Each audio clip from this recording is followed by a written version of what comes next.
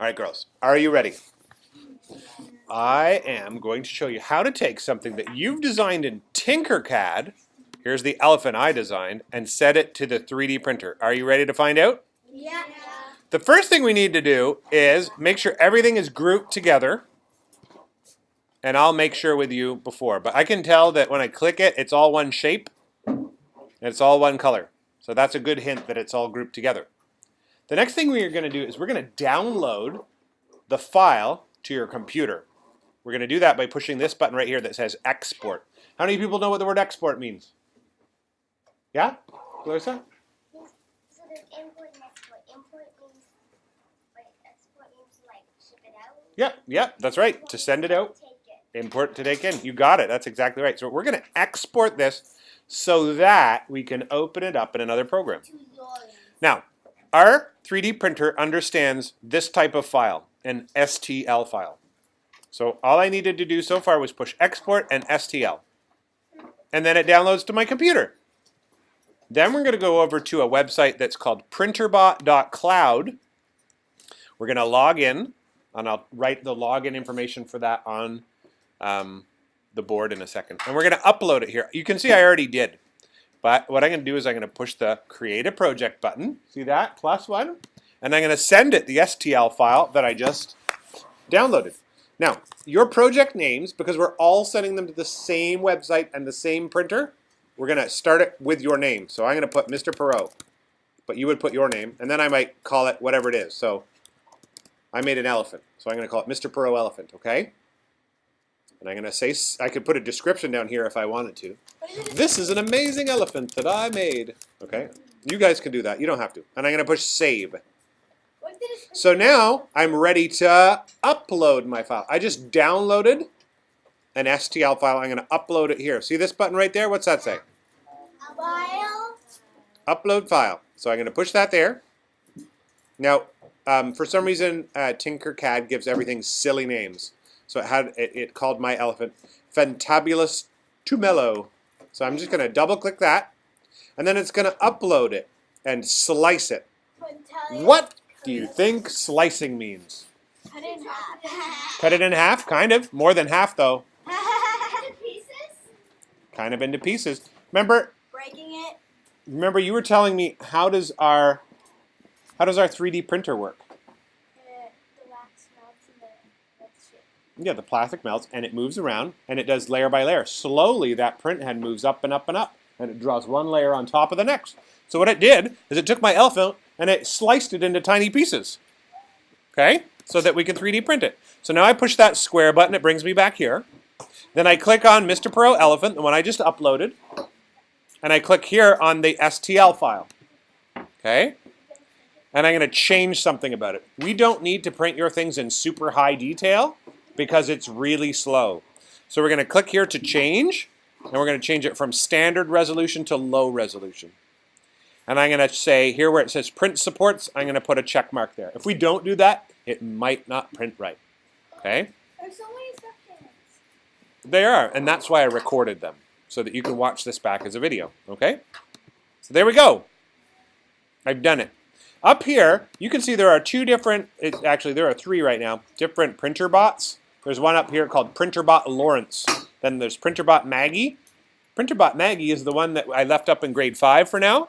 And Printrbot Lawrence is the one that's going to be in your grade 4 classroom for now, okay? I'm going to send it to Lawrence. Here we go. See the button that says send to printer? I make sure it says Printrbot Lawrence up here, and then I say send to printer, and it says project sent to printer. On the screen of the printer, it says it's downloading probably, does it? Don't go all the way near, because then there'll be a cloud and then people can't see it. So if everyone could sit back in their chair for a second, I'm going to show you what the next step is, okay? Mr. Perot. Shh. So you can see that my file is now shown up on our printer bot. Okay? I can open it by pushing the open button on the screen, and then I can print it by pushing the print button, like that. Then it downloads the file from the printrbot.cloud website. And in a second, it's going to warm up the print head, which is this thing up here. It's moving the bed into place. Look at that. whenever it's printing, we got to make sure there's nothing around it that can get in the way. So I moved these sweaters earlier. We're going to move them again. I'm just going to put them here. Okay. It's in red. And now, whenever it starts to warm up, it glows red to remind you it's hot. Now that end actually gets as hot as 210 degrees Celsius. So what does that mean? 210 degrees Celsius. That's really hot. Hotter than water boils. You got it. Basically 110. That's right. Water boils at 100 degrees Celsius, 110 hotter. Should I touch that with my finger? Yeah, no way. It's hot enough to turn plastic into liquid. Okay? There's one more warning I need to give you guys before I go. If you want me to leave this in your room, you guys need to hear all this. Okay?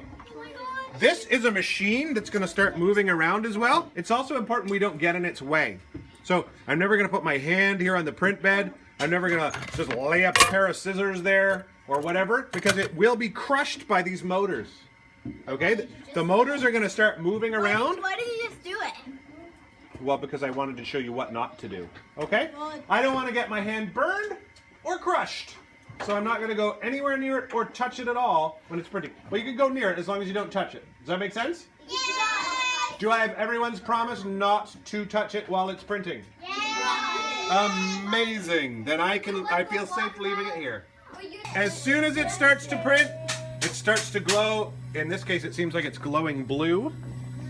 Green, and it's changing colors. It's driving the print head down towards the build plate.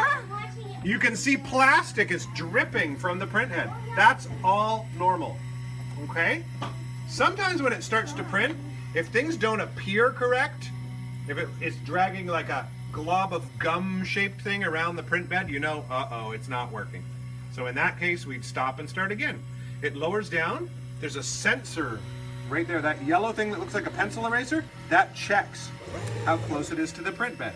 So what it's doing now is it's checking the leveling of the print bed. It's making sure it's level in a few different spots before it starts to print, so that it'll always know where the head is.